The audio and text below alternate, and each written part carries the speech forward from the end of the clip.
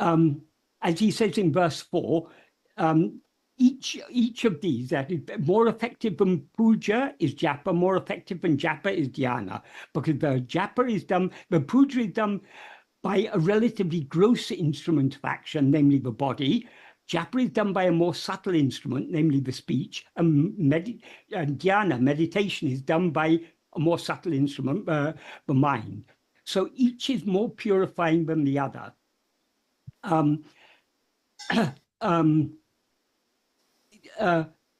Then he goes on in the subsequent verses, and as I say, when he says it's more, each is superior to the other, he means it's more efficacious in purifying the mind.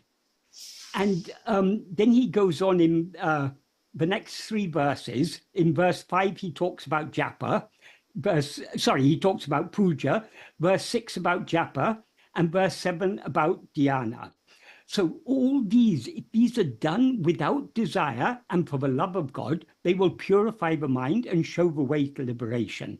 So this, having devotion for an external name and form of God, if it is with true love, not any kamya upasana, but the nishkamya upasana, that will purify the mind, and as he says, it will show the way to liberation. That is, it will give the mind the clarity. That is, the purified mind is a clarified mind. And in that clarity, born of the purification, and it's purified by the love, that will give the mind the clarity to understand, how can I be anything other than God? That is, if God is the... If I'm something other than God, God is thereby limited. But God is not limited. God is the infinite whole. He's he's anante. There's no limits on God. So God cannot be something other than myself. So God is what is shining in the heart as I. When we have that understanding, then we turn our attention within. And by turning our attention within, as I was saying earlier, a bit that wasn't recorded, the mind will thereby subside in the state of being, as he says in verse, that is in verse 8, he says, by the ananya bhava, that is by the meditation on what is not other, implying meditation on God as not other than ourselves, that ananya bhava is done with the understanding that avanahamaham, that he is I. That is, rather than the anya bhava, meditating on God as something other than ourselves, meditating on him as not other than ourselves, with the understanding that he is I, that is the best among all. In other words, it's the best among all practices of bhakti, and it's the best among all forms of meditation. Rather than meditating on something other than ourselves, meditating on ourselves is best of all. And as I was explaining earlier, what he says in verse 9 is, by the strength of that meditation, here the meditation, that is bhava balatinal, the bhava refers to the ananya bhava, the meditation on nothing other than ourselves. In other words, self-attentiveness or self-investigation. By the strength of that, we subside in the state of being, the sat bhava. And being in that sat bhava, that is, being in sat bhava means being in our natural state of just being. In other words, being as we actually are, without rising as ego to meditate on anything else, that is parabhakti tattva. So all these things tie together. So what Bhagavan has taught, this path of Atma-vichara, this is the culmination of the path of devotion. That all other practices of devotion, they're all good, but they have to lead to this, because this is the ultimate. Because as I was also explaining earlier, we can surrender ourselves to God, we can give ourselves wholly to God only by attending to ourselves. Because as Bhagavan says, for example, Bhagavan was repeatedly emphasizing this, but he put it particularly clearly in verse 25 of Uludunapadu. in verse 25 of Ulunaptu, in the last line, he describes ego as uruvatra pe ahande, the formless demon ego. So when he says ego is formless, he means it has no form of its own. What has no form has no separate existence. So ego has no separate existence until it grasps the form of a body as I. That's why as soon as we rise as ego, we project and grasp a body as I. That's what he means in the first sentence of that verse, urupatri undam, grasping form, it comes into existence. So the first form ego grasp is the form of a body. The body doesn't mean just the physical body, as Bhagavan says in verse 5 of Uludunapadu,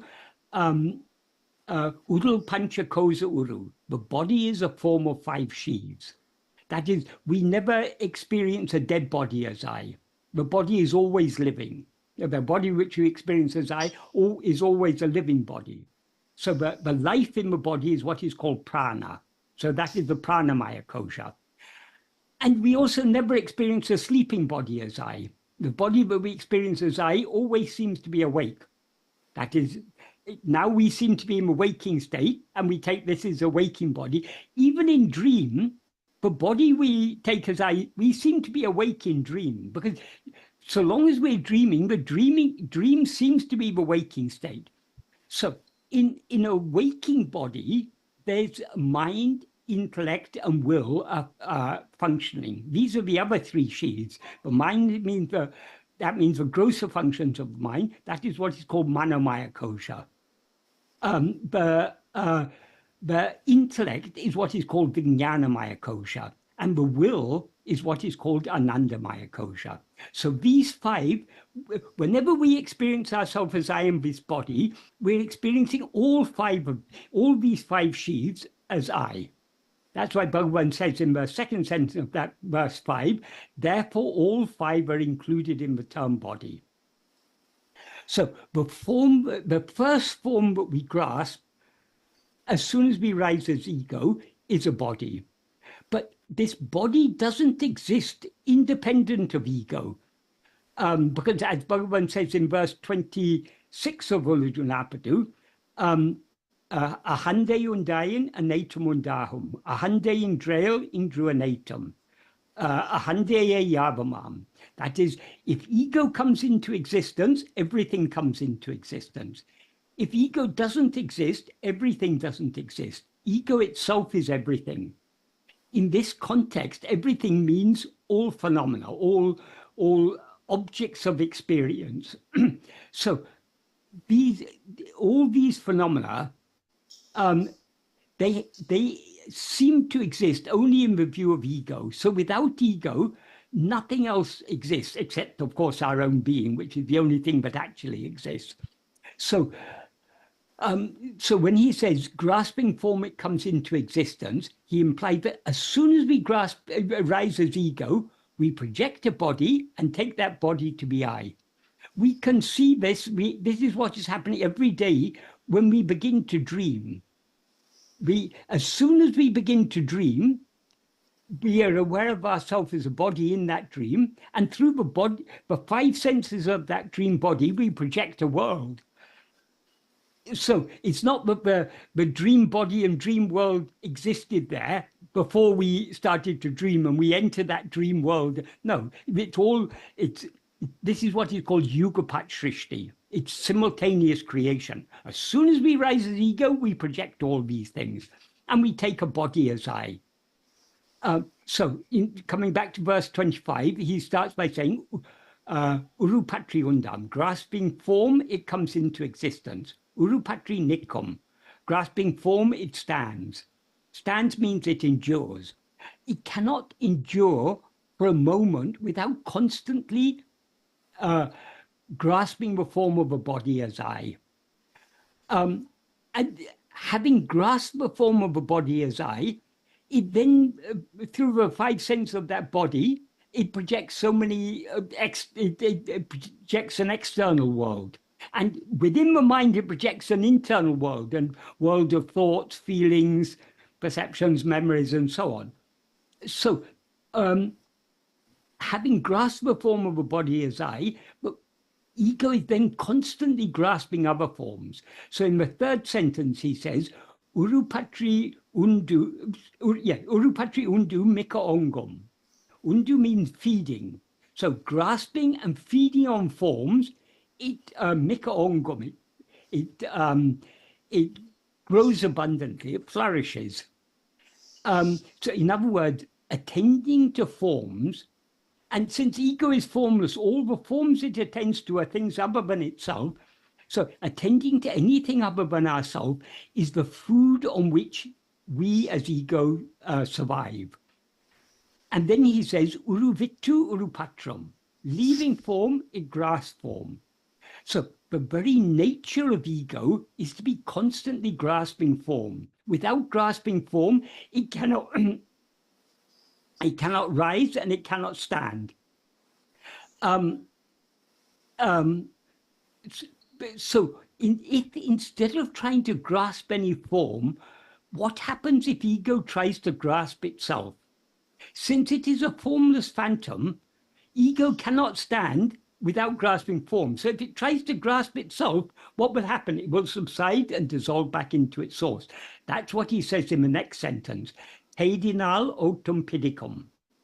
Tedinal means it's seeking. There's neither a subject nor an object there.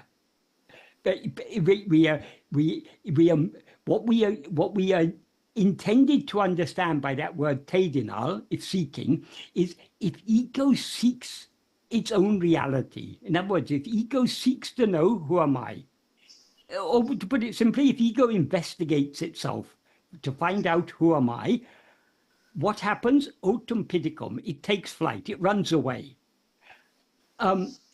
So the nature of ego is to rise, stand, and flourish by attending to forms. In other words, attending to anything other than itself.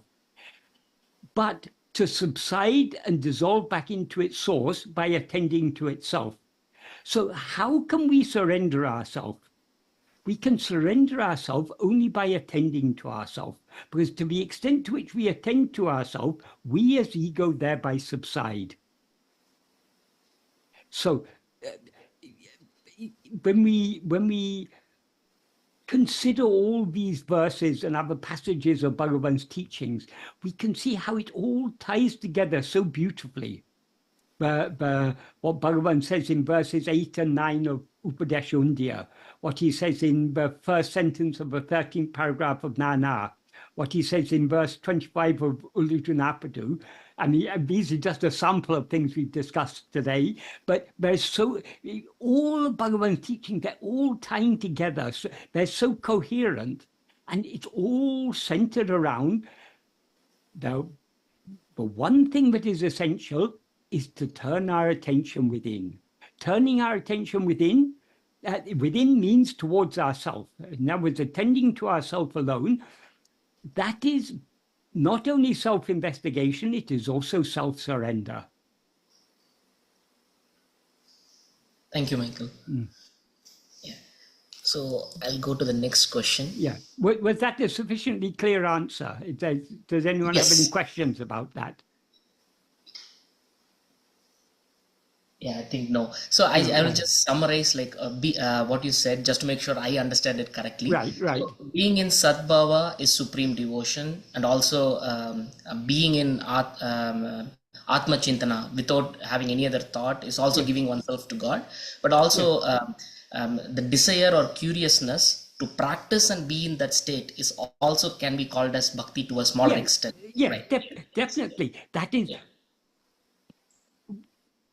attending to ourselves is surrendering ourselves. So if it's like when we attend to ourselves, we are putting our head on the chopping block, so to speak, because ego cannot survive without constantly grasping form. When we attend to ourselves, we are thereby letting go of form and trying to hold on to our own being. So ego will never be willing to surrender itself, to commit suicide without all-consuming love. We must have all-consuming love for God. Then only we will be willing to turn within and merge back into our source.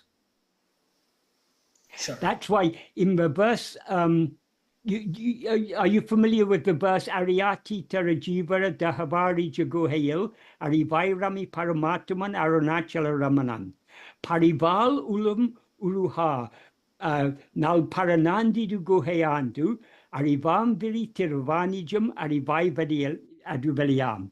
In the first two lines of that verse, Bhagavan reveals who he really is. Arunachala Ramana is the Paramatma who blissfully exists as awareness, that means as the awareness eye, in the cave of the heart lotus of all different jivas, beginning with Hari. So from the highest God to the most insignificant insect, what is shining as that awareness eye in the heart of all, that is Arunachala Ramana. So how can we know this? In the third line, he begins with the words Parival Ulam Uruha, heart melting with love. So without love, we will not be willing to turn within. So heart melting with love, when one reaches that cave where that sublime supreme dwells, that null paran where it dwells, that cave means the cave of the heart. When we reach that cave, Arivam Viri Tirava, the eye which is awareness opening, that is the eye of knowledge opening, Nijam Arivai, you will know this reality. Aduveliam, it will reveal itself. So the key, Bhagavan is constantly emphasizing that the key to success in this practice is that love. We need to have such intense love, but our heart literally melts with love. Then only we will be willing to give up, to surrender ourselves completely. So that's why Bhagavan said Bhakti is the mother of jnāna. Without Bhakti, nobody can succeed in this path. Because it requires willingness to give ourselves up completely. Give ourselves, it means ourself as a separate individual. We need to sacrifice our individuality. That is the very small price to be paid for the supreme and eternal happiness that we actually are. Sure. Thanks, Michael. I'll go to the next question. Yes. So I'll just read the question now, but if you want to ask the question yourself, please let me know and you can come and ask the question. So next question is from Hema. How can we maintain the practice of self-enquiry while fulfilling our responsibilities in the world? Question mark.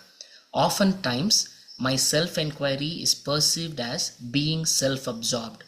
Shouldn't I be mindful of the consequences and implications for others when I am asked with making decisions on worldly matters? In other words, how do we differentiate self-enquiry from self-reflection, focusing on personal values and growth, compassion for the self, etc.? Appreciate your help with clarifying this for me. Okay.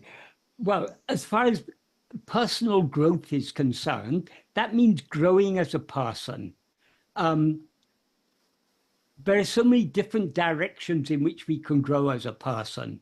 But if we are following this spiritual path, the personal growth we want is not growth, it is the growth of humility, the subsidence within. That's the true personal growth. The source of all evil is ego. So the source of all good is to the extent to which ego subsides. That's why Bhagavan says in the final paragraph of Nana, there's a beautiful sentence in which Bhagavan says, he begins by saying, Ta nerandal sakalamum erum. If oneself rises, everything rises. Tan adanginal sakalum adangum. If oneself subsides, everything subsides. Then this is the very important sentence. Evelo kevelo tandu nadikaromo avlo kavlo nammayundu. Evelo kevelo tandu nadikaromo. Nadikaromo means we behave, we conduct ourselves in this, is what it implies. Evlo kevlo, to the extent that tandu nadikaromo. Tandu means that sinking low, subsiding. The means to subside, as Bhagavan has made clear throughout this jnana, is to turn our attention within, to attend to ourselves. So, to the extent to which we subside, avlo kavlo nammayundu, to that extent there is good. So the personal growth we are not actually seeking personal growth in Bhagavan's path. We are seeking to know what we actually are. But personal growth is a byproduct of that. But to the extent to which we follow Bhagavan's path of self-investigation and self-surrender, to that extent we are subsiding. To that extent we will be behaving in a very humble manner. Tandu nadikarom. We will behave in a very subsided manner. So, as I said earlier, the nature of the mind is to rise, stand, and flourish by attending to other things, but to subside by attending to itself. So, to the extent to which we attend to ourselves, to that extent, we will subside, and to the extent to which we subside, to that extent it is good. Ablo kavlo nammayundu, as he says. So the greatest good we can do is to constantly attend to ourselves, because the more we attend to ourselves, the more we subside. The more we subside, the more good will automatically result. It's important to note, Bhagavan is not, in Bhagavan's teachings, he's not much concerned about actions. Obviously, implicit in Bhagavan's teachings is that we shouldn't do actions that cause harm. But Bhagavan's primary concern is not about action. Bhagavan's primary concern is about being. So by following this path of self-investigation and self-surrender, we are subsiding in our being. And to the extent to which we are subsided, good actions will automatically result. That is, all bad actions come out of egotism, greed, and so on. So to the extent to which we rise as ego, to that extent our actions will be bad. To the extent to which we subside, to that extent our actions will be good. That is the implication. So that's as far as personal growth is concerned. As far as how to actually put this into practice, it seems to us at first, but we can't be attending to more than one thing at a time. So if we feel we have worldly responsibilities, we feel we have to attend to them. So long as it seems to be so, by all means attend to these, but as much as possible, we are not called upon to attend to things other than ourselves throughout the day. Much of the day, if we carefully observe our mind, we will see that we are, whatever we may be doing, our mind is constantly wandering here and there. We may be doing our household work or office work or whatever, or we may be just walking or whatever we may be doing. Our mind will be wandering on so many things, thinking about problems in the office, problems at home, all those sorts of things we think about, which are not directly relevant to what we are doing. So all the time that we waste on thinking unnecessary thoughts, if we devote that time to attending to ourselves, that's sufficient at first. When it seems to us, it seems to be necessary to attend to other things, by all means attend to other things. But we should never completely let go of this practice. But as we go deeper and deeper in this practice, it becomes very clear to us whatever we may be doing, we never cease to be. We couldn't do anything if we were not. So our being is what is fundamental. Without being, there can't be any doing. So even in the midst of doing, we can be holding on to that, at least a tenuous current of self-attentiveness. Our self-attentiveness may not be so deep, but even if we hold on to at least a slight degree of self-attentiveness in the midst of our activities, that will keep the ego subsided and everything will go on smoothly. As we go deeper and deeper in this practice, we will understand that actually nothing requires our attention. I talked earlier about the first sentence of the 13th paragraph of jñāna. I'll just go to that. So as I said, in the first sentence, Bhagavan says, Anma chintane tabira, vera chintane kalambavataku satram idam kadamo, atmanishta paranai irupte, tannai isanuku alipadam. That is, being atmanishta paran, being as we actually are, without giving even the slightest room to the rising of any thought other than atmachintana. Atmachintana means self-attentiveness. That is tannai isanuku alipadu. That is giving ourselves to God. So when Bhagavan says this, the immediate response of us, how can we live our life without giving room for any other thoughts? I've got so many responsibilities. I need to be thinking about this. I need to be thinking about that. So Bhagavan anticipates that objection, and he answers it in the next sentence. Isam peril evlo bharate potalum abalavayum aba vahitu kol kira. That is, however much burden we place on God, that much he will bear. He will bear all of it, in other words. So the implication after the previous sentence is even the burden of thinking we can leave to God. If we surrender ourselves to him, he will do all the thinking that is necessary for us. That is, he will, in other words, he will drive our mind, speech, and body to act in whatever way they need to act. This is what Bhagavan implied in the first sentence of the note that he wrote for his mother, when in I think you're probably all familiar with this. In December 1898,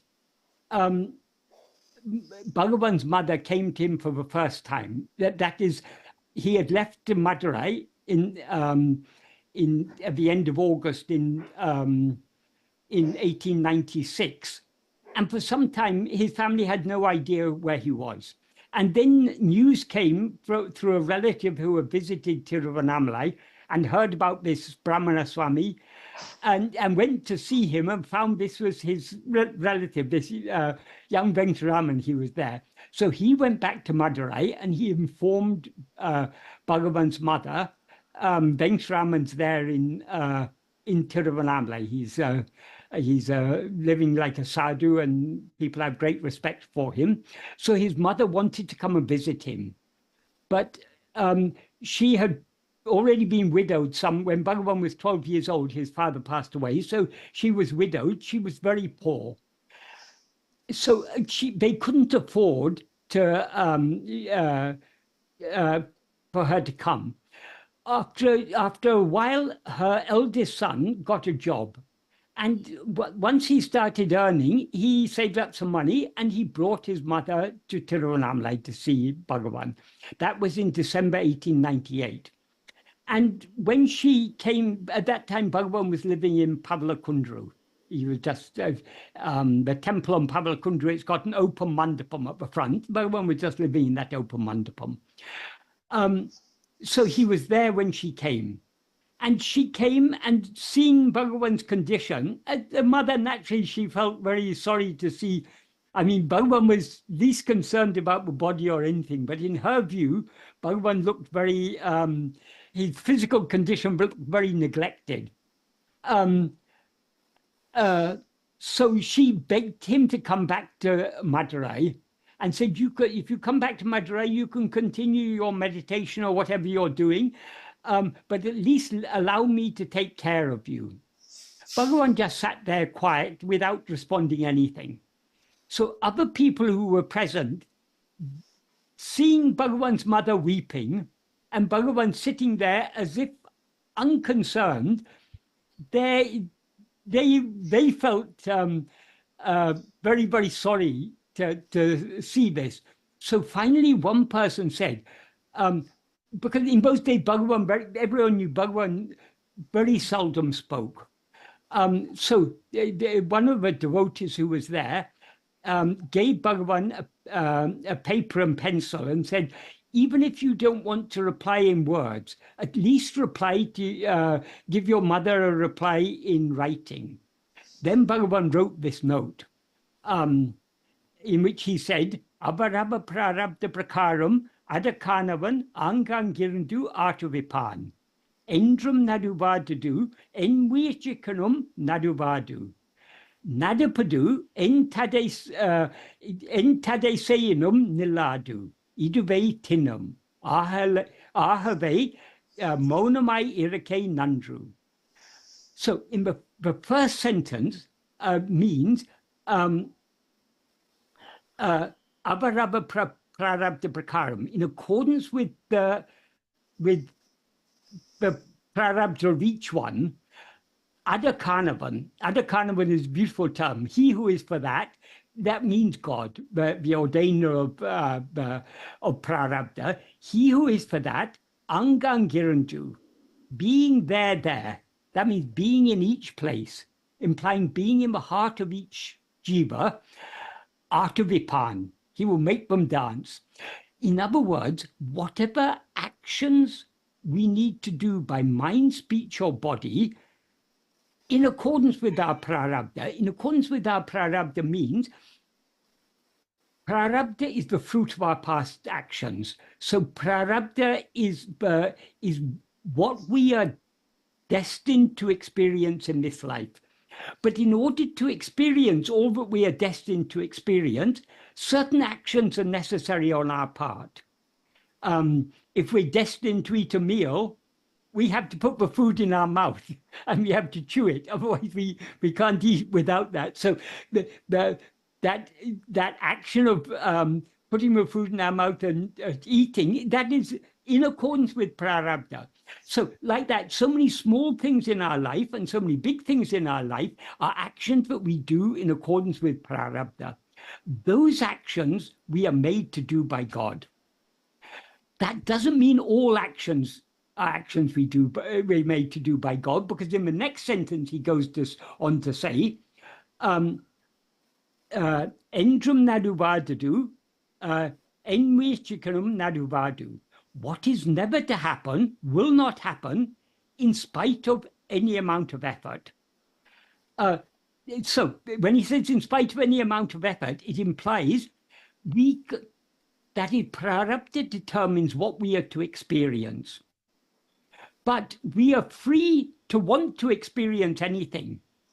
It may be our destiny, for example, to live in poverty all our life. But just because it's our destiny to live in poverty doesn't mean that we can't want to be rich. Most people who are poor, they want to be rich, but their destiny is to be poor, so they are poor. So like that, we have the freedom to want whatever we want. And we also have freedom to act in accordance with our desires. But we have no freedom to achieve what we desire unless it is destined. So that's why he says, what is never to happen, that means what is not destined to happen, will not happen in spite of any amount of effort. We can, if we are destined to be poor, we can want to be rich. We can try to be rich, but we cannot be rich because our destiny is to be poor. So Bhagavan, it's clear from this, when he said that envichikanam, Bhagavan people superficially, they think, oh, Bhagavan has said everything is destiny, therefore we have no freedom. Bhagavan was very, very clear. We do have what he called Icha Kriya Swatantra. Icha Swatantra means freedom of will. We are free to want whatever we want to want. And Kriya Swatantra means the freedom of action.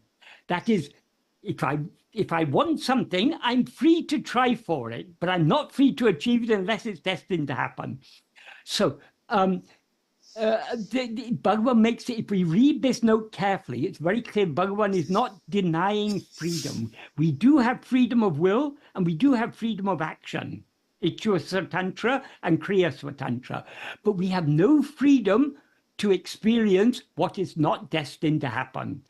It will not happen. If it's not destined to happen, it's not going to happen however much we try. And then in the next sentence, he said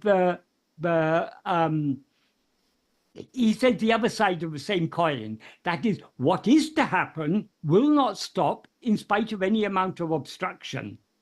So we all face certain situations in life, unpleasant situations. We all go through unpleasant experiences. We may want to avoid those unpleasant experiences, but however much we try to avoid them, however much we try to obstruct those things from happening, what's going to happen is going to happen. We cannot stop it. So that again illustrates we have the freedom. It may be our destiny something may be our destiny. We have the freedom to want to avoid that. We have the freedom to try to avoid it. We have no freedom to avoid it. Iduvetinam, this is certain. Ahalin monamai irike nandru. Therefore, being silent is good. Being silent means not rising to try to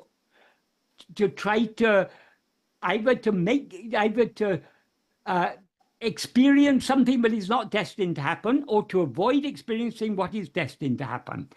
That is, being silent means not rising as ego. If we don't rise as ego, then everything will happen as it's destined to happen. Even if we rise as ego and try to experience what is not destined to happen, or to avoid experiencing what is destined to happen, it's going to happen anyway. So our rising as ego and having with so many desires and making so many efforts doesn't change things at all. So when such is the case, we need not worry about what we should do, because if we do as Bhagavan says in the first sentence of this 13th paragraph, if we remain as Atmanishta Paran, in other words, if we remain as we actually are, by not giving room to any thought other than Atma-chintana. Atma-chintana means thought of oneself, in other words, self-attentiveness. That doesn't mean we're going to sit like a stone. But the mind, speech, and body will be made to do what they are destined to do. I mean, what they need to do in accordance with what is destined to be experienced. So that's why Bhagavan says, however much burden we place on God, he will bear all of it. Even if we leave the burden of thinking to him, he will, through our mind, he will do the thinking for us. So we need not, if we really have love for Bhagavan, we will just hold on to him in our heart, where he's ever shining as eye, and we will not think about anything else. The very fact that we're constantly thinking about other things shows shows how insufficient our love is. So if we're honest with ourselves, we all have to admit we don't have true love for Bhagavan. By his grace, we may have a little love for him, but our love is grossly inadequate. And only by his grace can we cultivate more love by following his path. So after saying that if we, however much burden we place on God, he will bear all of it, he then goes on to say, the next sentence is an extremely important sentence. Sakala karyangalayam oru parameshwara shakti nadati kondirka kirapadiyal Namum adaku adangi ramal, ippadi seya vendum, appadi seya vendum, endru sada chintipadu ain. Why?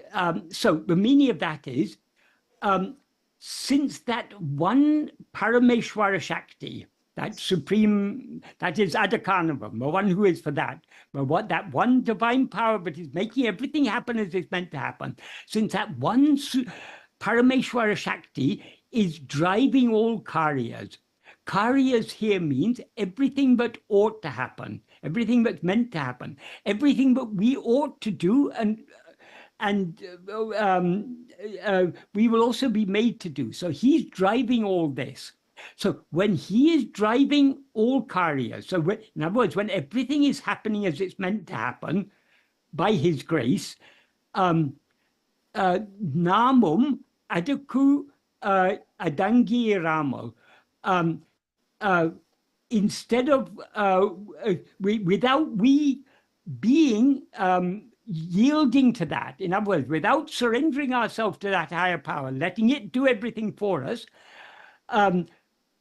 why to be constantly thinking, ippadi seya vendum, appadi seya vendum, it's necessary to do like this, it's necessary to do like that.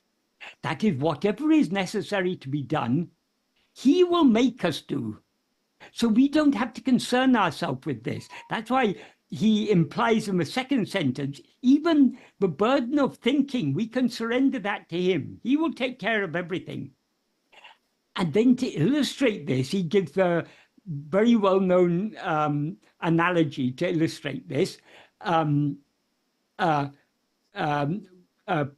vandi sakala barangalayum tangi kondu povadu terindalum. Though we know that the train is carrying all the burdens, adil eri kondu pohum nam, namudaya Syria muteyum, adil potuvitu sukha iramal, ade namadu talail tangi kondu ein kashtapada vendum. That is, when we know that train is carrying all the burden, why should we who go traveling in it, instead of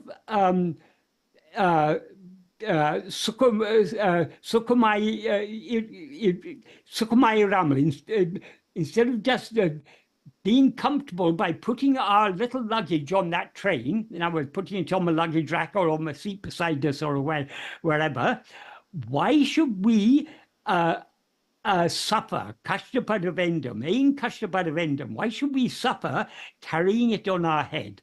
So here, our little luggage means the burden of our life. We can happily surrender the whole burden to him. Even the burden of thinking we can surrender to him. If we really have love for God, if we really trust God, we can surrender to him the burden of thinking. Let him do the thinking. Let him make us think whatever needs to be thought. So Bhagavan, in this paragraph, he's emphasizing the need for complete surrender. So only if we have such confidence in that one Parameshwara Shakti, which is Bhagavan himself, will we be willing to leave the entire burden to him. And only when we're willing to leave the entire burden to him, will we be able to turn our attention within. So long as we are constantly thinking, ippadi seya vendum, appadi seya vendum, I need to do this, I need to do that, we, however much we may tell ourselves, I must turn within, we'll be constantly thinking about other things instead of attending to ourselves alone. So this paragraph, this 13th paragraph, is such an important paragraph. The whole of Bhagavan's teachings are condensed in this paragraph, and the connection between the self-investigation and the self-surrender are brought out so beautifully, particularly in the first sentence. So now, if we're honest with ourselves, we don't yet have enough devotion. We don't yet have enough trust in Bhagavan to leave everything to him. So, but what we need to do is, to the extent possible, we need to attend to ourselves. Even if we're not attending to ourselves 24/7, we, as much as possible, we should take every moment available to attend to ourselves. And slowly, slowly, and the more we attend to ourselves, the more we subside, the more clarity we will get. And in that clarity, that confidence that we can leave everything to Bhagavan, all we need to do is to attend to ourselves, that confidence will come, and that love to turn within will come.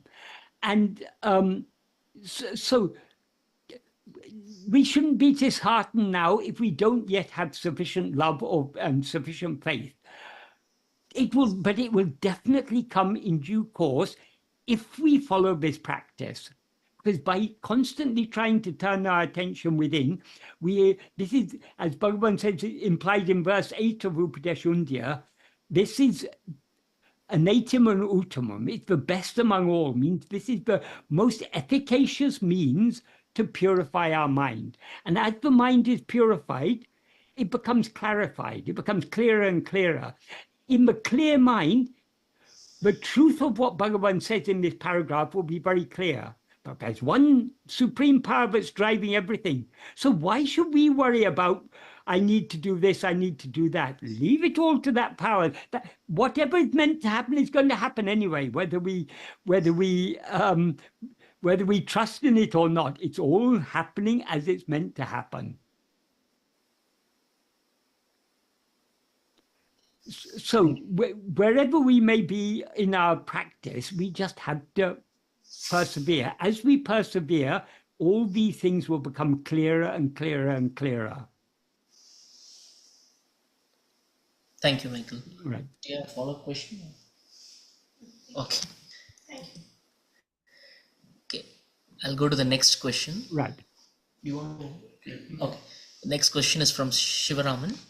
Self-enquiry early morning helps to keep the mind quiet rest of the day. If we surrender and try to get rid of ego for that day and be kind, the God is in self makes you feel humble. However, what I experience is that it goes into past where it shows that you could have been more nicer in those situations. We only ask for Shama, forgiveness and surrender to Bhagavan's will. My question is, self-enquiry is for present or repent for the past mistakes in life is normal? What does Maharishi say about self-enquiry, as past mistakes cannot be corrected as we evolve over time, and thoughts which rise like waves get still if we try to confine to our duties and ask for grace from Guru to avoid going into the outside world? Yeah. As you say, we can't rectify the past. So Bhagavan's teachings is to attend to ourselves here and now. So we shouldn't be thinking about the past or about the future. What's going to happen in the future, that's going to happen. There's nothing we can do about that. And what's happened in the past, there's nothing we can do about that. The only useful thing we can do is here and now attending to ourselves. Even if there are so many things, that we will all have done things in the past, but we may now feel we could have done better. We could have been nicer. We could have been kinder. We could have behaved in a different way. But what is the use in dwelling upon that now? Even if we are the greatest of sinners, Bhagavan has put it beautifully in the 10th paragraph of Jnāna, in which he says,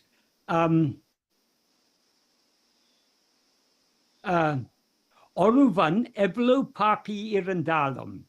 However great a sinner one may be, nan papiai irikarene, epidi kadayera pokerein, endru engi aradu kondiramal, tan papi enum eneteum arave oritu Surupa Dhyaнаtil Ukum Ullavanaha Irandal Abanichyamai Urupaduvan.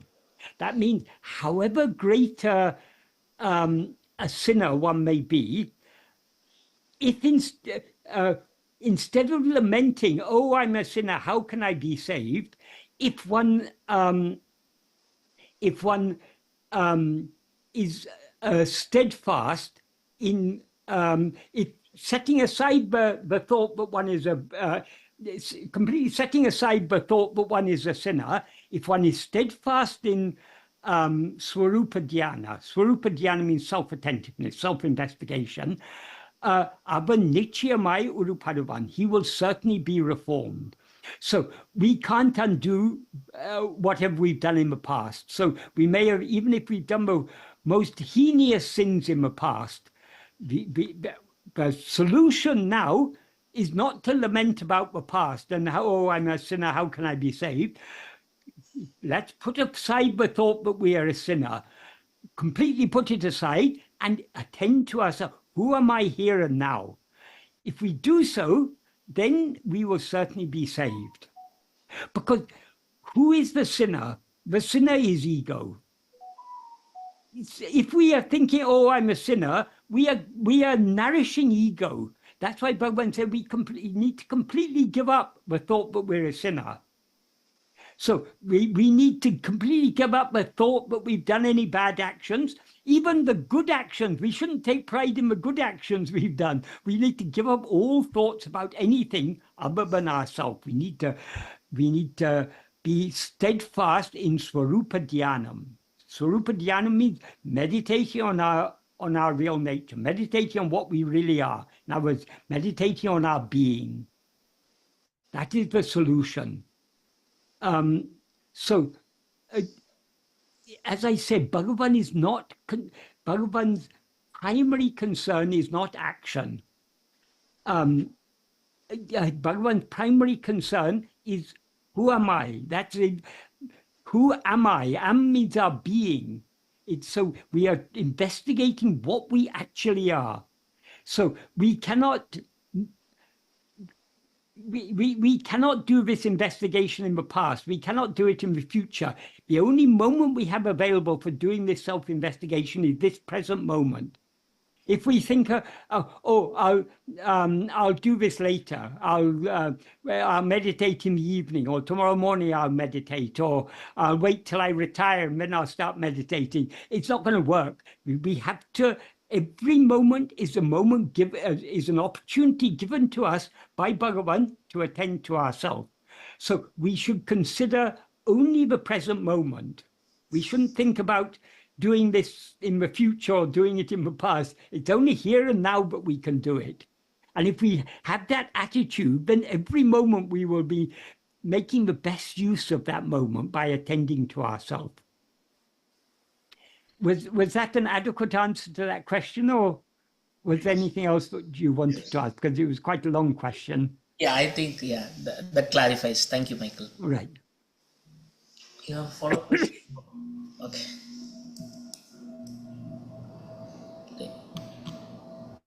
Next question is from Sanjay.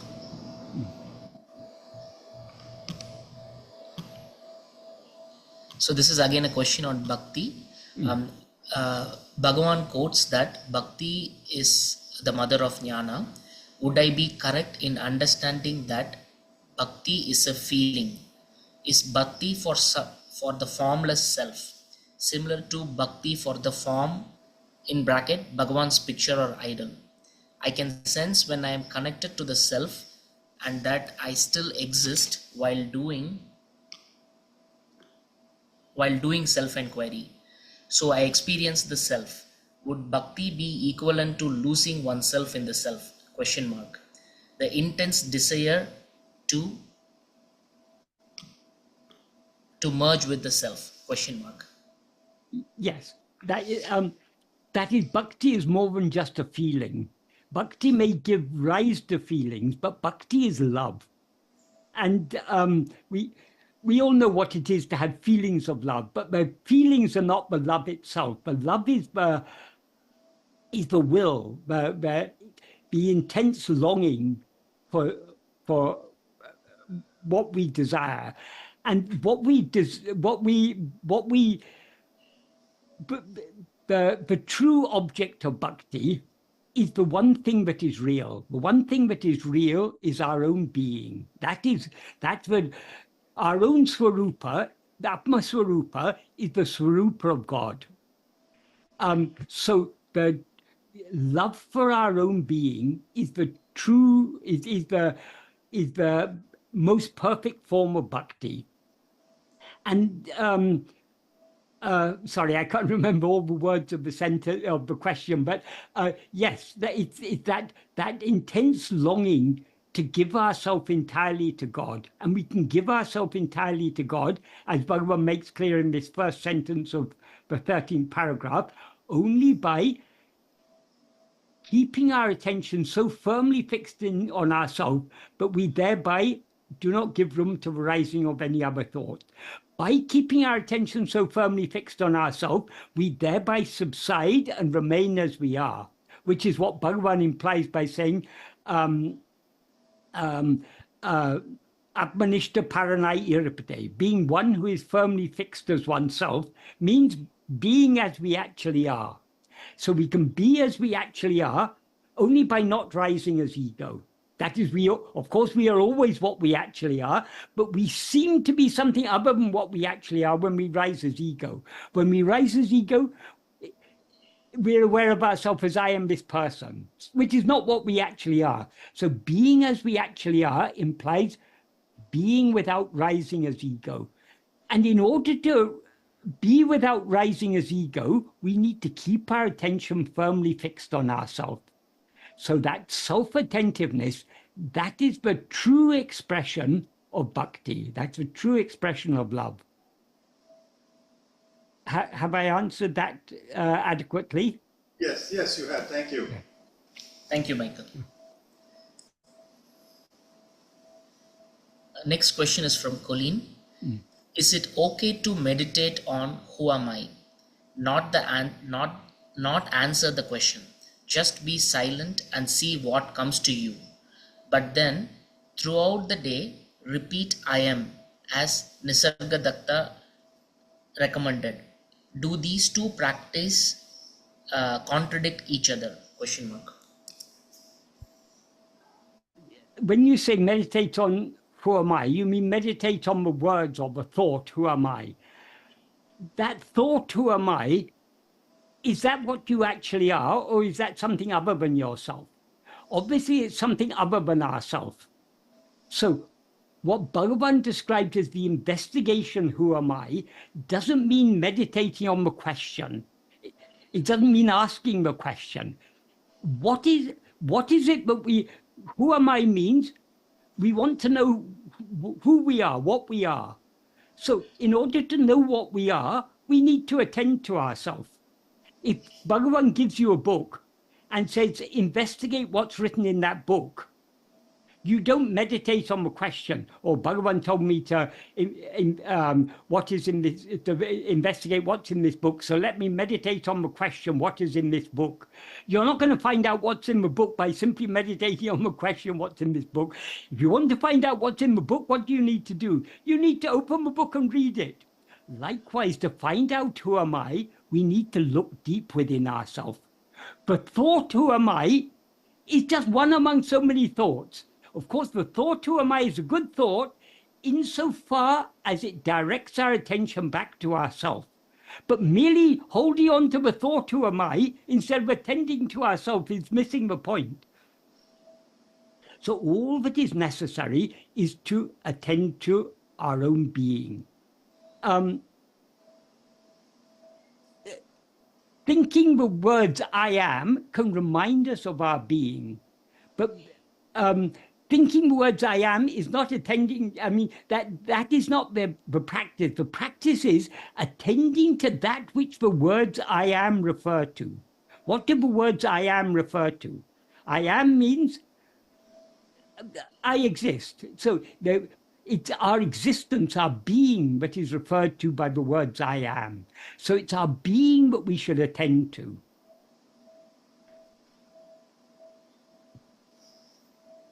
Thank you, Michael. We always need to consider anything that appears and disappears is something other than ourself. So any thought, even the thought, who am I? Even the thought, I am, it's something that appears and disappears.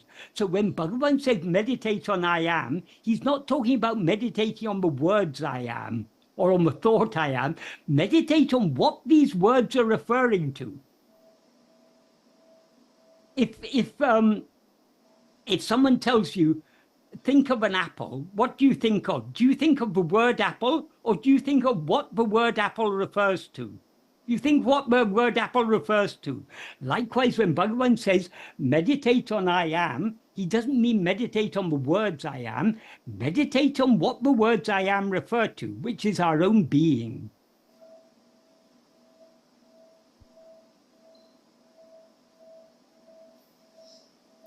Thank you, Michael. The next question is from Sanjay. Bhagavan has repeatedly said, self is the best guru. While doing self-enquiry, can one petition the formless self for advice or upadesha on one's doubt regarding the path, or submit problems regarding one's life asking for answers, ? Or even request grace, ? Can one talk to the self, ? What do you mean by the self? That is, when we use the term the self, we are, this is not about something called the self. This is about ourself. Who am I? There's no self other than ourself. That is, unfortunately, people in English translations, they often translate, I mean, this term the self with a capital S is often used. There is no such term in either Tamil or Sanskrit, because firstly, there are no capital letters in Indian scripts, and secondly, there's no definite article like the. So the term Bhagavan generally used in Tamil, the simple Tamil term he used is Tan. Tan simply means oneself. And if we read Bhagavan's teachings carefully, it is very clear in some contexts, when he uses the word Tan, he's referring to ourself as we actually are. And in some context, he's referring to ego. So we need to understand from a context when he's referring to ego, when he's referring to what we actually are. The Sanskrit word Atman also just means oneself. Though it's usually translated as the self, as soon as you say the self, it sounds like it's something other than ourself. There's no, that all Atman means is oneself, ourself. So we are not looking, there's no self other than ourself. So then there are no two things, one little self praying to one big self. It's not like that. There's only one thing. So when Bhagavan says self is guru, what he means by that is self in that context means ourself as we actually are, what we actually are. In other words, Atma-swarupa, that is the guru. That he didn't say that's the best guru, that is the guru. There's no guru other than Atma-swarupa. But because our minds are outward going, that our own swarupa has appeared outwardly in name and form, as in human form, as Bhagavan, in order to tell us the term within. So though Bhagavan appeared outwardly in human form, that human form is not what Bhagavan actually is, as he made very clear. Ariyati tarajivara dahavari jugohil arivairami paramatman arunachala ramanan. That is, what Bhagavan actually is that Paramatman, that supreme self. I mean, we shouldn't be misled by the word Paramatman as if there's a big self and a small self. Paramatman means ourself as we actually are, what we actually are. That is what Bhagavan is. And he exists, Arivai Rami Paramatman. He's blissfully existing as awareness in the cave of our heart. That means in the very center of our being, he is shining as ourself. So it's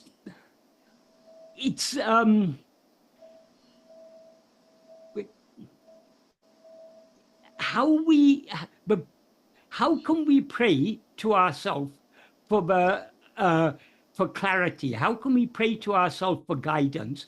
Only by turning our attention within. The more we turn our attention within, the more we thereby subside. And where do we subside? We subside in that awareness that is our own being. That awareness that is our own being is the original source of all clarity. That is the light of pure awareness. So by being self-attentive, we are, so to speak, bathing ourselves in clarity. So the clarity of understanding, not clarity in words, but the deep clarity that is beyond words, we will experience that clarity to the extent to which we turn within. So if you want to pray for guidance, if you want to pray to yourself for guidance, simply turn your attention within and try to keep your attention fixed on yourself. To the extent to which you keep your attention fixed on yourself, you will subside into yourself and be as you actually are. And being as you actually are, that is the true communion with Guru. That is the true satsanga. Because our own sat means being. There's no being other than our own being. So being in our own being, Satbhava Tiritvale, as Bhagavan says in verse 9 of Upadesh Undiyya, that is the true satsanga. And that is sangha with Bhagavan, because Bhagavan is nothing but our own being. Though he appeared outwardly in human form, he said, I am not this body, I am that which is shining in you as I. So we shouldn't think in dualistic terms, as me praying to the self, as if the self is something other than ourself. There's nothing other than ourself for us to pray to. And the best prayer is just meditating with love on our own being. That is the best prayer to Guru. Of course, when our mind comes out, we can then pray, but then, see, when Bhagavan prayed to Arunachala, of course, Bhagavan didn't need to pray anything because Bhagavan's already, he's Arunachala himself. But to show us the way, he sang Aksharamlai and the other hymns in Stuti Panchakam. If we pay close attention to what he's saying there, superficially, he's praying to an external form, to the form of the hill. But he's constantly emphasizing, but though Arunachala appears externally in the form of a hill, it's always shining in the heart as I. As he says in the second verse of Arunachala Pancharatnam, for example, Nityamum na nendridaya na dityuduvai. You're always dancing in the heart as I. So,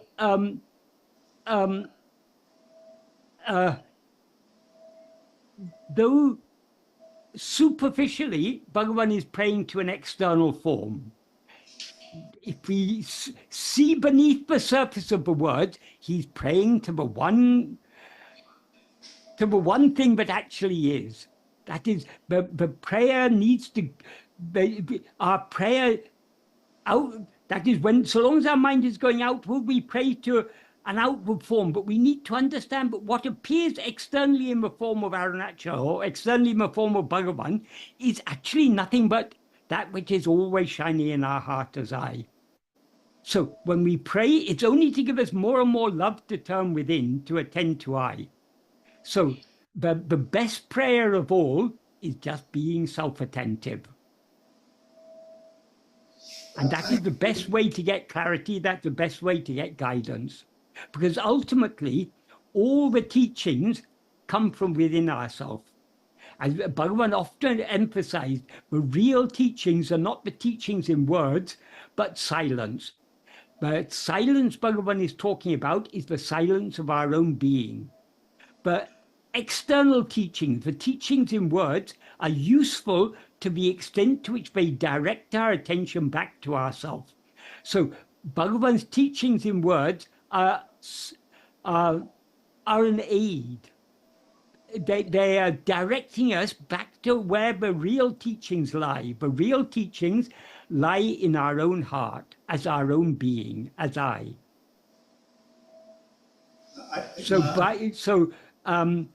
That awareness, that fundamental awareness I am, that is Guru, and that is also Guru's teaching. I want to extend this. Yes. This quest. I think when we are doing self-enquiry, when we are Yeah. so at that moment is what I'm saying. And that is a self-enquiry. I feel at that moment is a form of prayer. It is. There's Yes, no yes. prayer greater than self-investigation. Absolutely. So, can I ask the self at that point? Hey, am I in Manolaya? Is this Manolaya, or what is the meaning of verse 18 in Ulanarpur? I don't get it. Can I petition? Can you explain it to me? Can I do that? Yes, we can do that, but we remember when we are asking any question, our attention is on something other than ourselves. The best prayer is just to attend to ourselves. If we attend to ourselves, then all the clarity we are seeking will come automatically. That is, the more we practice this simply being self-attentive, the more our mind is purified and clarified. And then the meaning of Bhagavan's words become clearer and clearer to us. That is, we can't truly understand what Bhagavan is teaching us without putting it into practice. The more we put into practice, the more depth of meaning we will see in his words. So it's thinking, asking anything, asking for something is thinking about, there are words going through our mind. Those are things other than ourselves. So self-investigation is attending to nothing other than our own being. So we need to go beyond. In Bhagavan says, not even uttering the word I. Vayal Naviladu. But though he said Vayal, it literally means by mouth, but it also implies by mind also. That is, uttering the word I, whether verbally or mentally, that word I is something other than ourselves. So what we should be attending to is not to the word I, but to what the word I refers to. And to attend to that, we don't even need to be thinking of the word. We need to have our whole attention fixed just on ourselves, on our own being. So we need to go deeper and deeper and deeper in this practice. So whatever thought may appear, if when we're trying to attend to ourselves, if a thought arises, or it's not clear to me what verse 18 of Ulunapadu means, let me ask myself what it means. That is, we are thinking about things other than ourselves. To whom does that thought appear? To me. Who am I? We turn our attention back to ourselves. That doesn't mean we ask the question, to whom does this appear, and give the answer to me, and then ask the question, who am I? What Bhagavan is implying there, he says, investigate to whom it appears. So to whom does anything appear? It appears only to me. So we need to fix our attention on ourselves. So when he says investigate to whom, he means turn your attention away from whatever appears to yourself, the one to whom it has appeared. Thank you. I get it. Thank you. Yeah. Thank you. Okay. Thank you, Guru James. No guru here except Bhagavan. He is the only guru, and he's always shining in our heart as I. Though I think we must thank you for spending so many years. Even though some of us are Tamil speaking, I think your writings and talks and interpretations from Sadhu Om, and they have certainly clarified for us many things. And in that sense, if I may be presumptuous to say that you've kind of come into being a guru yourself. So thank you for that. Whatever useful things come out of my mouth, it's coming only by Bhagavan's grace. So it's not me who's the Bhagavan. I often give the analogy, Bhagavan, people used to bring very expensive pens, Schaefer pens, Parker pens, and offer to Bhagavan. And he would say, oh, take to the office. They've got so many important things to write there. No, but Bhagavan, you also write very important things. Why don't you take it? No, I've got my old pen. This is fine. But Bhagavan, your pen is leaky. No, this leaky pen is fine for me. So Bhagavan had a preference for using very imperfect instruments. So he wrote Uladu Napadu and Aksharamala and all these things with very imperfect instruments. Likewise, he can use even the most imperfect instrument to do his work. So don't see the instrument. Who is the one who is using that instrument? That is what is important.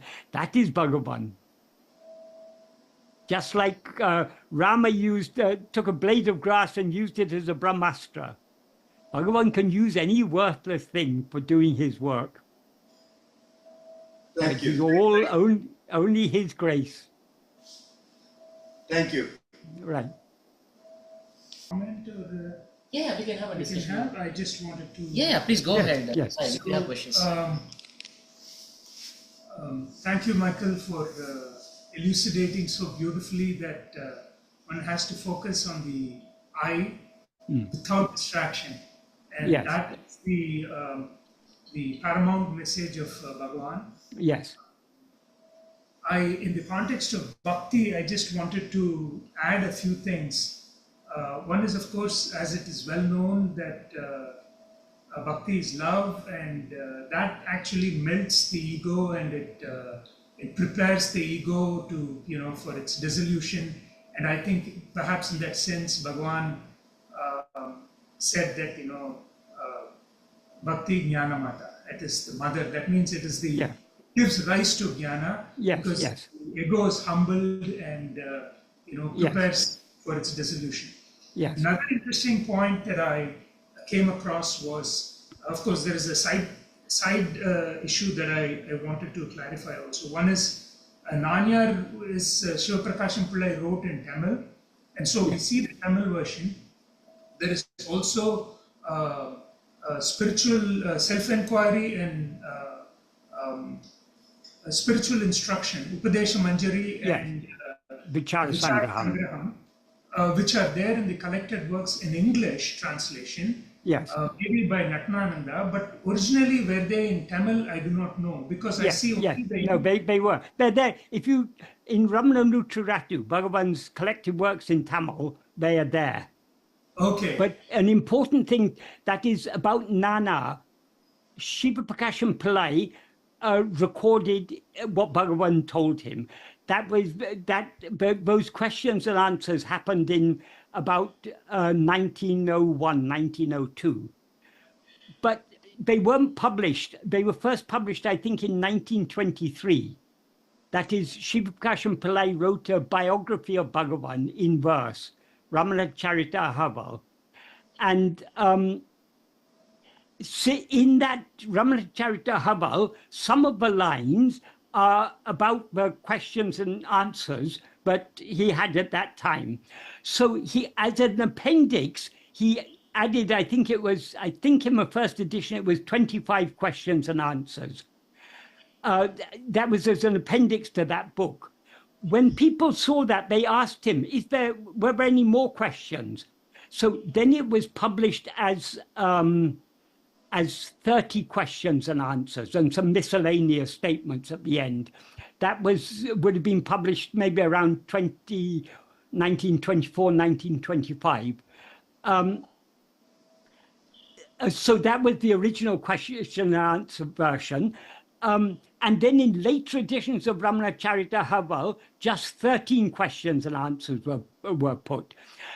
But Bhagavan, around about 1926 or 27, we don't know the exact time, Bhagavan rewrote the questions and answers in the form of an essay. And that essay version is what is contained in Ramana. So that in that essay version, Bhagavan refined it. That is, he removed some things that could give room for confusion, and the whole thing, that the essay version is we should take that as the correct version of jnana. The earlier versions, they're interesting for historical purposes, but the version that is actually Bhagavan's own writing is the essay version. Later, in about 1931, Ramanashram started doing their own publication. This 30 question and answer version was still in print. It was being printed by a group of devotees in the town who published Bhagavan's works for several years under the name of Ramaniya Vani Pustakalayam. So they were publishing the 30 question and answer version because generally people prefer to read questions and answers than an essay. Someone in the ashram had the idea of producing a new question and answer version. So this 28 question and answer version that is now available in print, both in Tamil and in English, was concocted from the 30 question and answer version and Bhagavan's essay version. But some of the things that Bhagavan deliberately omitted in the essay version, they included in this 28 question and answer version. And the 30 question and answer version, I think that hasn't been in print since about maybe 1932 or 33. Since that time, it's been out of print. So, but what's important is the essay version. So that we should take as the principal version. Because there are things in the question and answer version, the 28 question and answer version, which Bhagavan had deliberately omitted, or which he had modified, which they retained there, which is not so it's not so representative of Bhagavan's teachings. That's about jnana. Vichara Sangraham, it's very important to understand the context of Vichara Sangraham, because it would be difficult to say exactly, but I think we can say approximately 90% of Vichara Sangraham is not actually Bhagavan's teachings, as you will understand when I explain the context in which Bhagavan wrote it. That is, Gambiram Seshya, he was an older person. He was quite a bit older than Bhagavan. I don't know exactly how old. He came to Bhagavan at about the same time as Shiva Prakasham Pillai.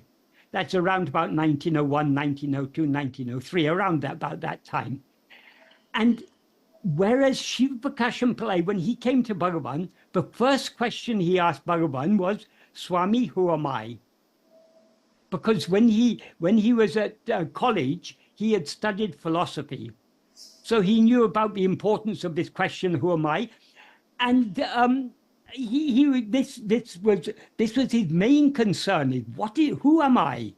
So when he asked that question to Bhagavan, that led to a series of question and answers, but were wholly in tune with Bhagavan's teachings, because Bhagavan appeared in this world only to teach who am I.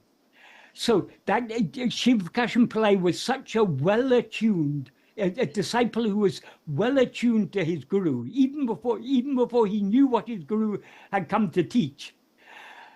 Gambiram Seshya was different. Gambiram Seshya was also a good devotee, but the reason he asked questions to Bhagavan, that is, he had been reading some books on Vedanta and yoga and other such things, including the books of Vivekananda's books on Raja Yoga and Jnana Yoga and Bhakti Yoga and everything, which were at that time just hot off the press, because it was only in the 1890s that Vivekananda wrote these books. So Vivekananda's books and other books, English books, some of them were probably from the Theosophical Society, because the Theosophical Society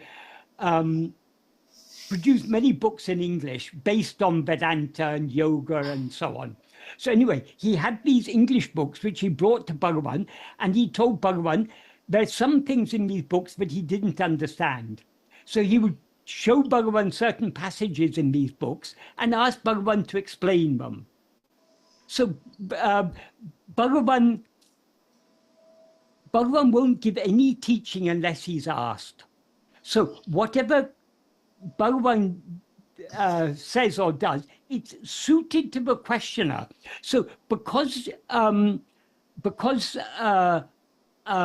Gambhiram Sesha wanted to understand the meaning of these portions, Bhagavan simply wrote simple Tamil summaries of what was written in these English books.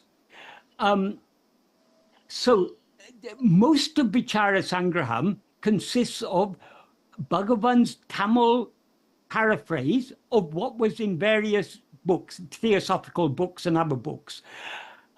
So they don't represent the real teachings of Bhagavan. But at the same time, we don't exactly know, but probably Gambhiram Sesha would sometimes have asked for clarification. And then Bhagavan gave his own teachings.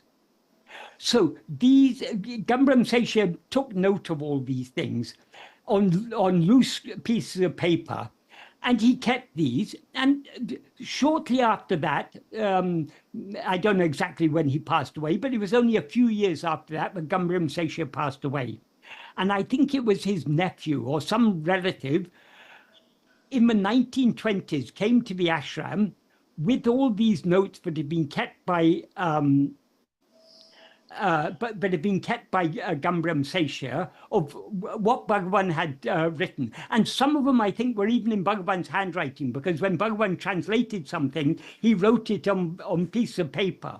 So it was a mixture of notes in Gambhiram Sesha's handwriting, and I may be wrong on this, I can't remember exactly, but I think there was some of it was in Bhagavan's handwriting. So when this was brought to the ashram and given to Bhagavan, Bhagavan looked at it, and Swami Nathananda was curious about it. So he asked Bhagavan, what is this? Then Bhagavan told him about Gambhiram Sesha, and Bhagavan gave him, he said, you can have a look at it. So Nathananda went through it, and he said to Bhagavan, Bhagavan, I think it would be useful if we could, if we were to edit these. This could make some nice, a nice book.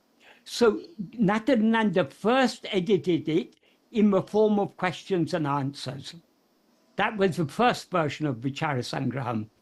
Later, when Bhagavan wrote Nana in the form of an essay, then Nathananda thought it would be more useful to, rather than questions and answers, it'd be more useful, because I think he did because it wasn't always clear what the questions were. He sometimes put in questions to make it into a question and answer form. So, but when he wrote it in the essay version, it was without the questions. And when he compiled it, he many of the things he understood, this is not really Bhagavan's teaching. So he asked Bhagavan, can I omit these portions? And Bhagavan said, yes, omit them. So what when he formed the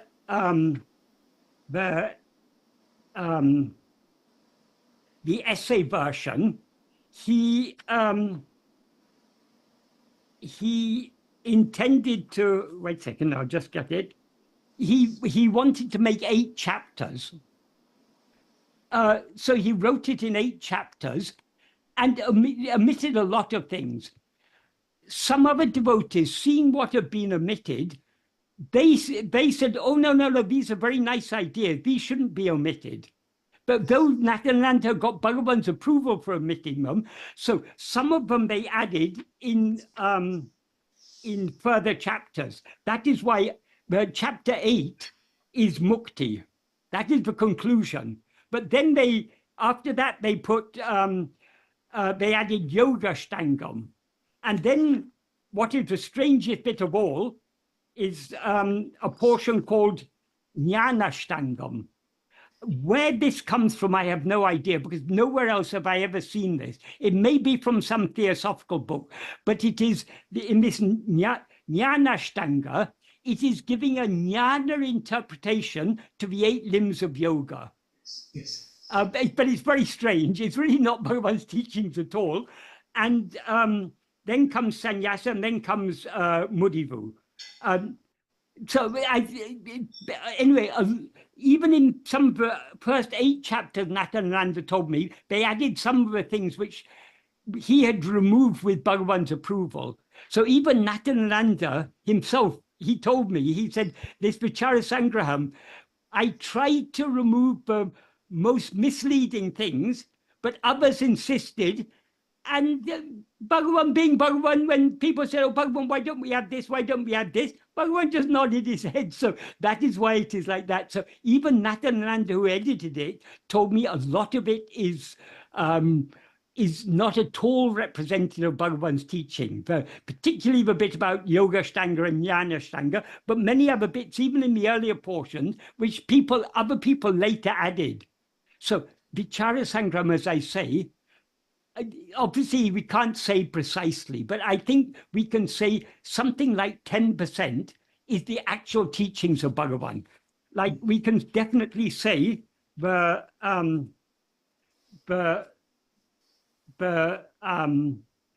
first subsection of the first chapter, that's pure Bhagavan's teachings. That's the best in the whole thing.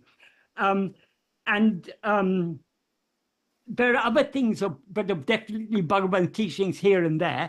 And obviously, when Bhagavan since it was a mixture of Bhagavan's paraphrases of what was written in those books, plus the clarification that Bhagavan gave when Gambhirya Sesha asked further questions, Bhagavan's teachings are here and there throughout the whole thing, but most of it is not Bhagavan's teachings.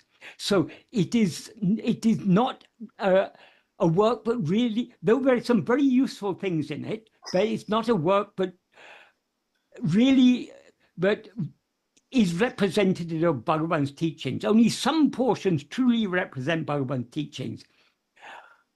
In the Tamil book, these 3 prose works, that is Jnāna, Vichara Sangram, and Upadesha Manjari, they come at the end of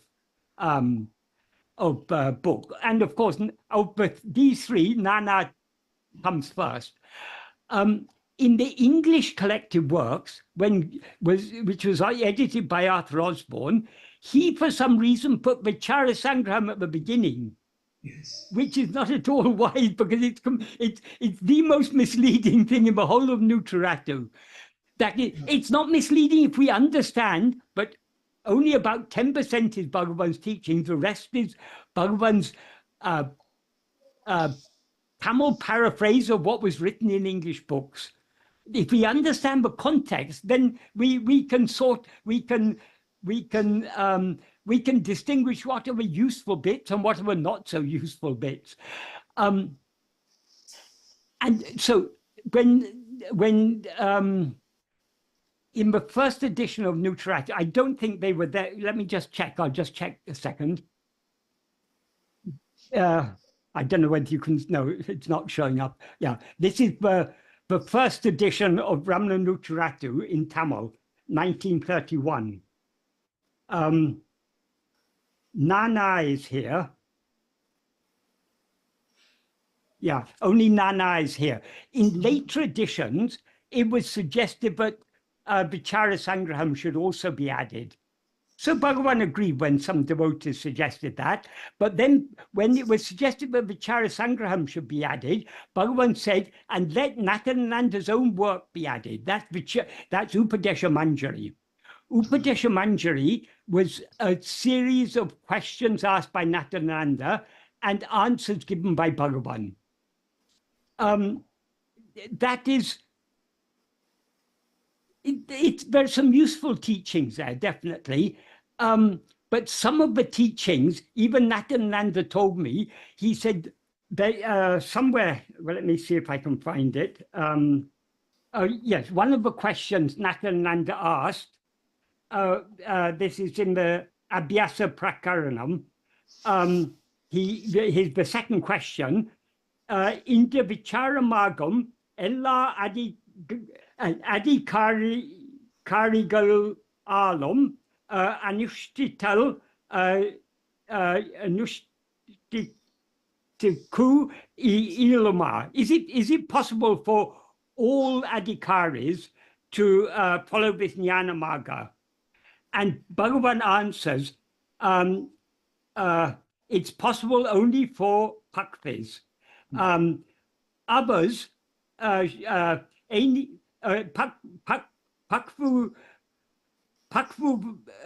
pakuva ke ilum.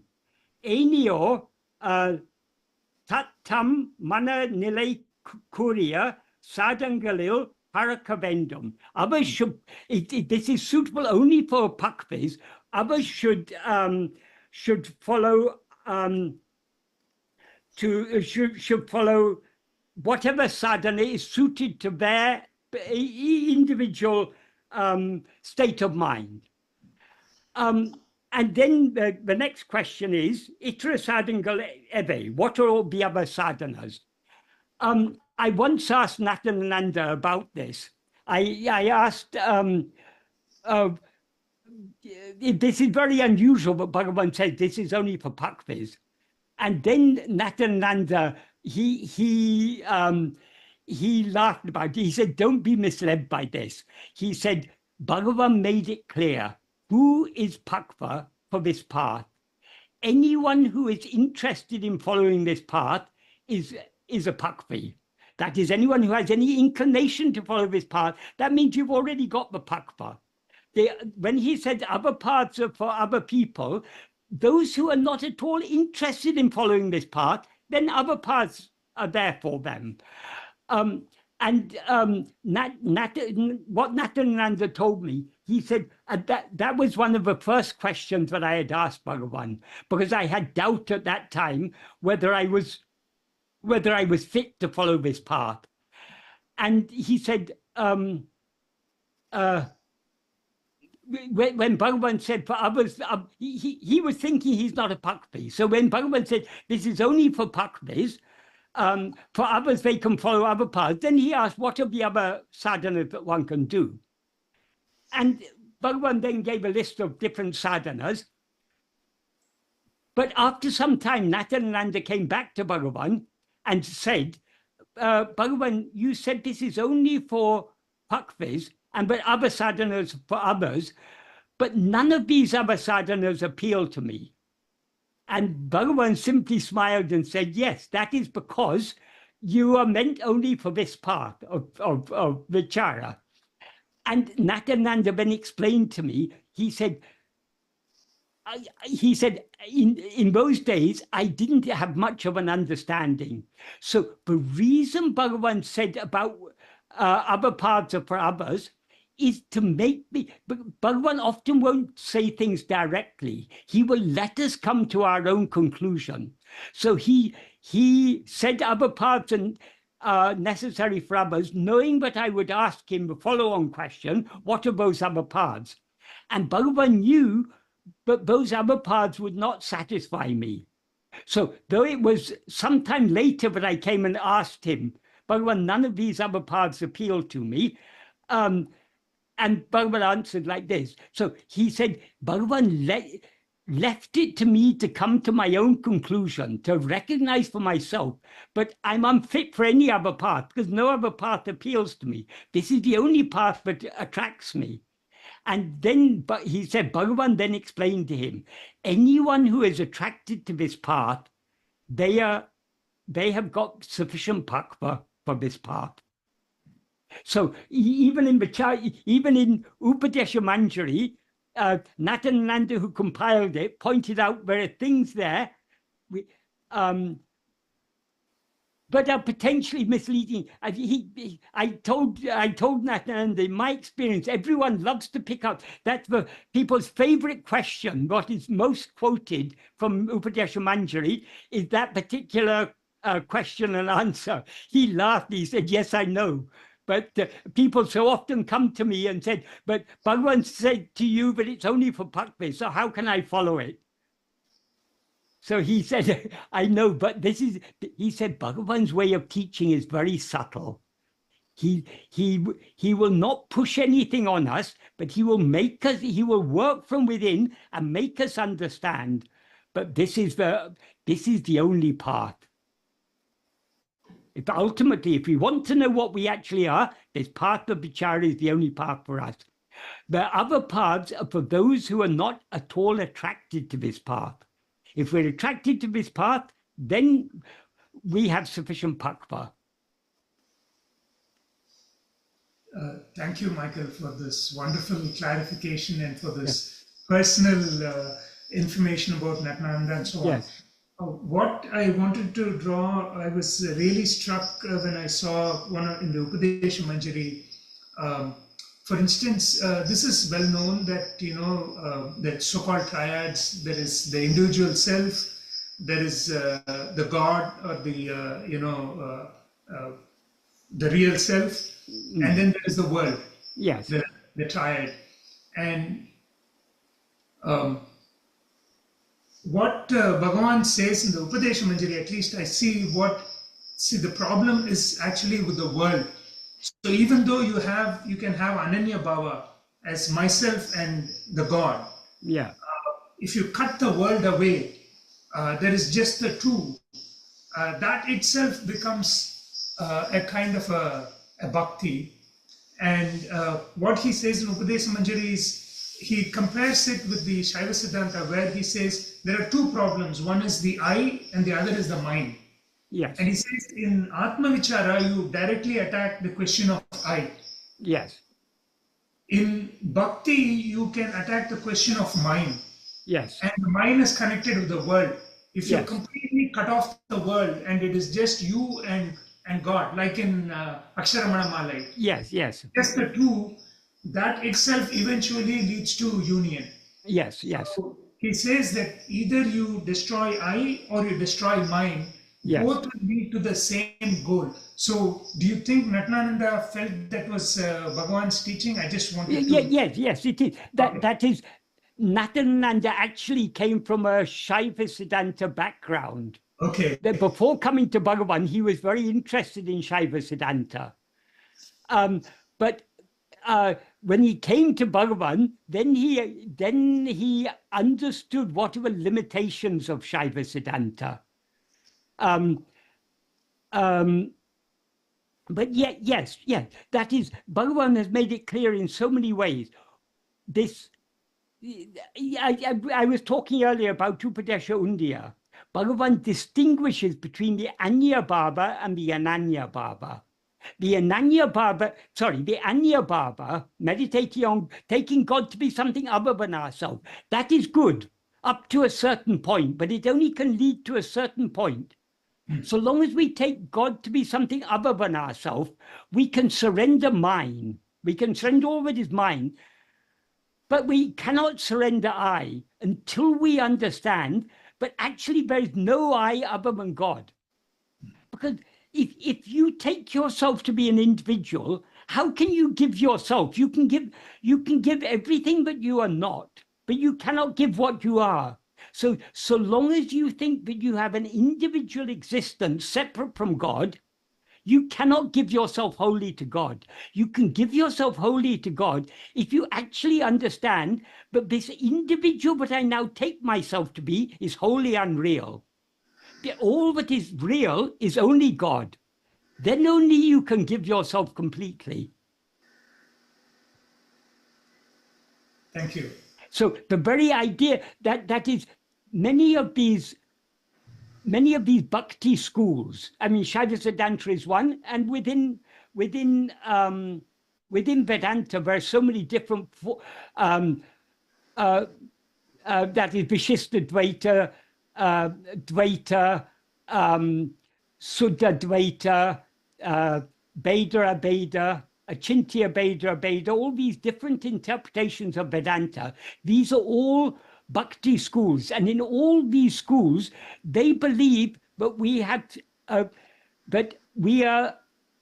have at least to some extent a separate existence from God. Only in Advaita, it is completely denied that we have any separate existence. Even in Kashmir Shaivism, which claims to be an Advaitic school, they still give some, though they say ultimately everything is Shiva, they still believe that the individuality is real and that the world is real. So they are still giving some reality to the individuality. Only in Advaita, and particularly the purest form of Advaita is Bhagavan's teachings, is this individuality completely denied. And only if you're ready to accept, but my separate existence is not real. What exists is only God. Only when you understand that, then only can you give yourself to God completely. Because if you think your individual, your separate existence is real, you can't give up. That means what you actually are is this individual, this jiva. If you're actually this jiva, you can't give up what you actually are. You can only give up what you are not. That is why Advaita is that people wrongly think Advaita is some dry path which has no place for bhakti. But truly speaking, Advaita is the purest form of bhakti.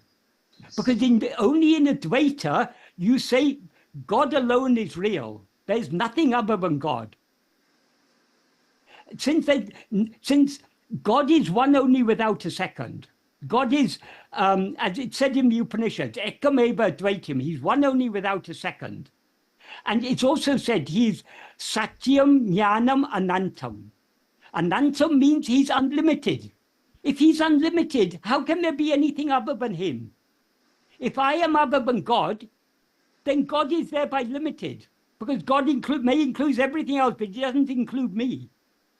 So we only in Advaita can you have the purest form of bhakti in which you give yourself wholly to God. In other schools in other bhakti paths, in Shaiva Siddhanta, in Kashmir Shaivism, in the various different schools of Vedanta, they talk about self-surrender, but their self-surrender is only surrendering mine. It's not surrendering I, because I am separate from God. So how can I surrender the I can surrender mine, I can't surrender I. Only in Advaita can you surrender I.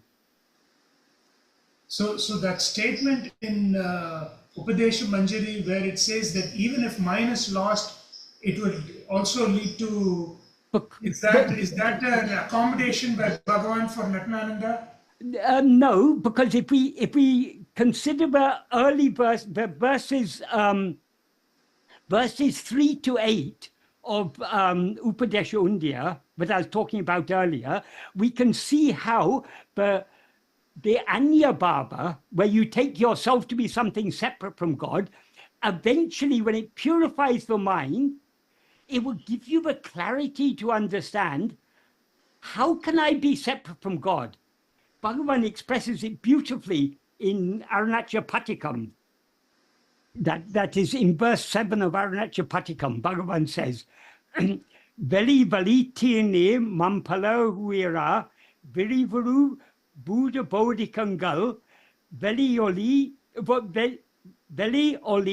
unne andri indru enin veriyana ulan. That is, if the bhutas, the 5 elements, namely space, air, fire, water, and earth, and the bodhikas, that means everything that is made of these elements, which expand as so many living beings, do not exist besides you, the space of light. Light here means the light of pure awareness. Who else am I? Veriyana ulan.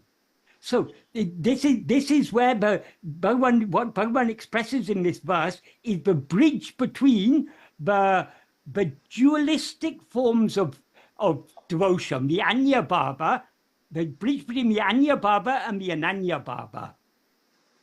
If everything is only you, if nothing exists except you, then who else am I? And then he goes on to say, Vimala, Veliadai Ulatu, Veru Verara Bilangin, Veru Ena Veli Varuvain are, O blemishless, if you shine without another in the heart at that space, again meaning the space of pure awareness, who am I who come out as if another? And then the beautiful prayer at the end, Veli Varaya Arunachala, Avantalayil, Virimalap Padattine Vete. Arunachala, come out, placing your vast lotus feet on his head, meaning the head of this ego. So here, that is what Bhagavan expresses in this verse. This is the bridge between the Anya Bhava, but is dominant in very dominant in Shaiva Siddhanta and in so many other schools of bhakti. This verse, Bhagavan clarifies the bridge, how the Anya Bhava will eventually lead to the Ananya Bhava. That is, the more we come to understand the greatness of God, and we can understand the true greatness of God only to the extent to which we surrender to him. So the more we give up the mind, the more we will understand the real greatness of God. The more we understand the real greatness of God, then where is the room for any separate I? Can we, if you say I am separate from God, then God is something less than the infinite. But if God is the infinite whole, how can there be anything separate from him? Once a Christian missionary came to Bhagavan and he said to Bhagavan, isn't it blasphemous to say I am God? And Bhagavan said, isn't it a greater blasphemy to say I am separate from God?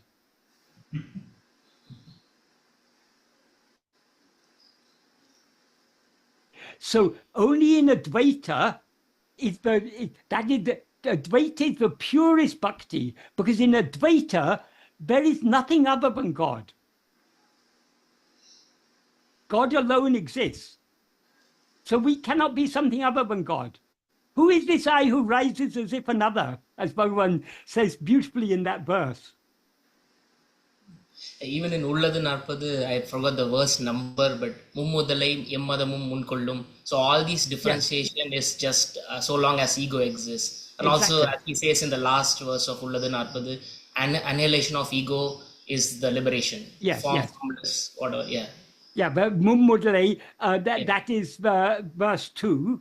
And as you say, the conclusion of Ulladu Narpadu is, if it is said that the liberation you can attain is of three kinds, with form, without form, or without form, then I will say destruction of the ego form that distinguishes these three types of liberation alone is true liberation. Right. And ego is the first thought, yeah. So Ulladu Narpadu, I'd love to point this out, Ulladu Narpadu ends emphasizing that annihilation of ego alone is liberation. And where does Aksharamlai begin? Where Ulladu Narpadu finishes off, Aksharamlai begins. Arunachala mena ahame nene pava ahate verarupaya Arunachala. You eradicate this ego of those who meditate on you in the heart as I. So that is, Ulladu Narpadu leads seamlessly into Aksharamlai, because Aksharamlai is the practical application of all that is taught in Ulladu Narpadu.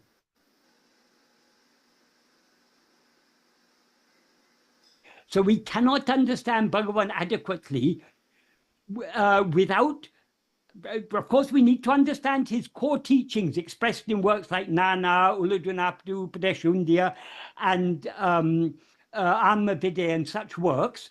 But the practical application of this is made most clear in Aksharamlai and the other hymns of Stuti Panchakam. That is the practical application. Because when we actually try to turn within, we come across so many obstacles. And that is what Aksharamlai is all about. How to overcome these obstacles. Only by depending completely on Guru, on God, who is our own self. Tane tane tattvam. Idane tane katuvaya arunachala. That is, oneself alone is the reality. Oneself alone is the reality. Reveal this to me yourself. So Bhagavan's teachings are a beautiful blending. The first question was about Bhagavan's statement, Bhakti is the mother of jnana. And this is where we end. That Bhagavan's teachings are a beautiful blending of Bhakti and jnana. Sampurna Bhakti, Bhakti in its very fullest form. Parabhakti Tattvam, that's what Bhagavan's teachings are all about. Just subsiding and being as we actually are. That is the supreme devotion. That is the state in which we do not rise as another. The state in which we allow Arunachala to rise and put his vast lotus feet on our head and crush us. Crush us back into himself as himself. Because we are really never anything other than that.